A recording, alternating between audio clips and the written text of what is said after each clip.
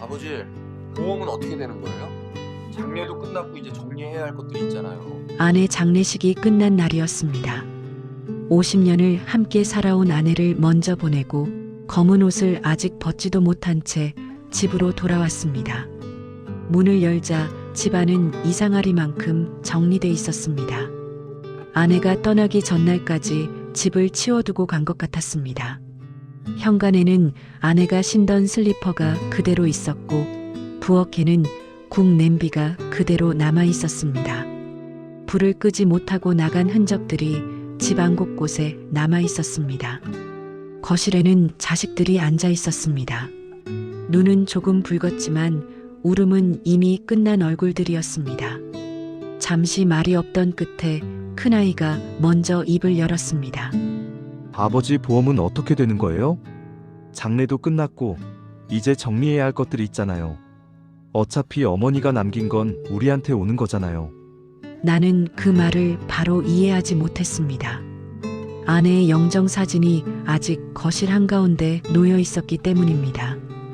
향 냄새도 가시지 않았고 꽃도 그대로였는데 슬픔이 가시기 전에 정리라는 말이 나왔습니다.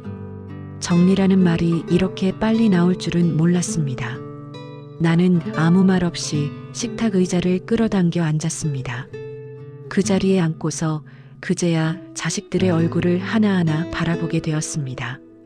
어릴 적 아이들 열이라도 날까봐 밤새 이마를 짚던 얼굴들이었습니다. 울다 지쳐 잠들면 숨소리 하나에도 깨던 밤들이었습니다. 그때도 우리는 늘 아이들부터였습니다. 아내가 아프다는 걸 알았을 때도 그 사람은 말했습니다. 지금 말하면 애들 힘들어해. 그래서 우리는 끝까지 말하지 않았습니다. 부부 일은 부부가 감당하면 된다고, 아이들 앞에서는 아무 일 없는 얼굴로 버티면 된다고 생각했습니다. 그렇게 키운 아이들이 지금은 내 앞에 앉아 아내가 남긴 것들을 차분한 목소리로 이야기하고 있었습니다. 그날 밤 자식들은 하나둘 집을 나갔습니다.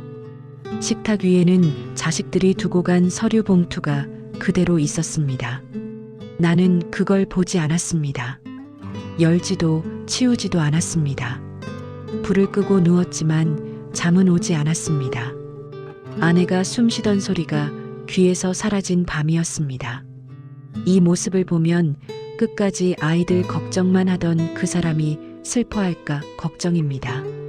전 앞으로 자식들을 어떻게 대하면 좋을까요?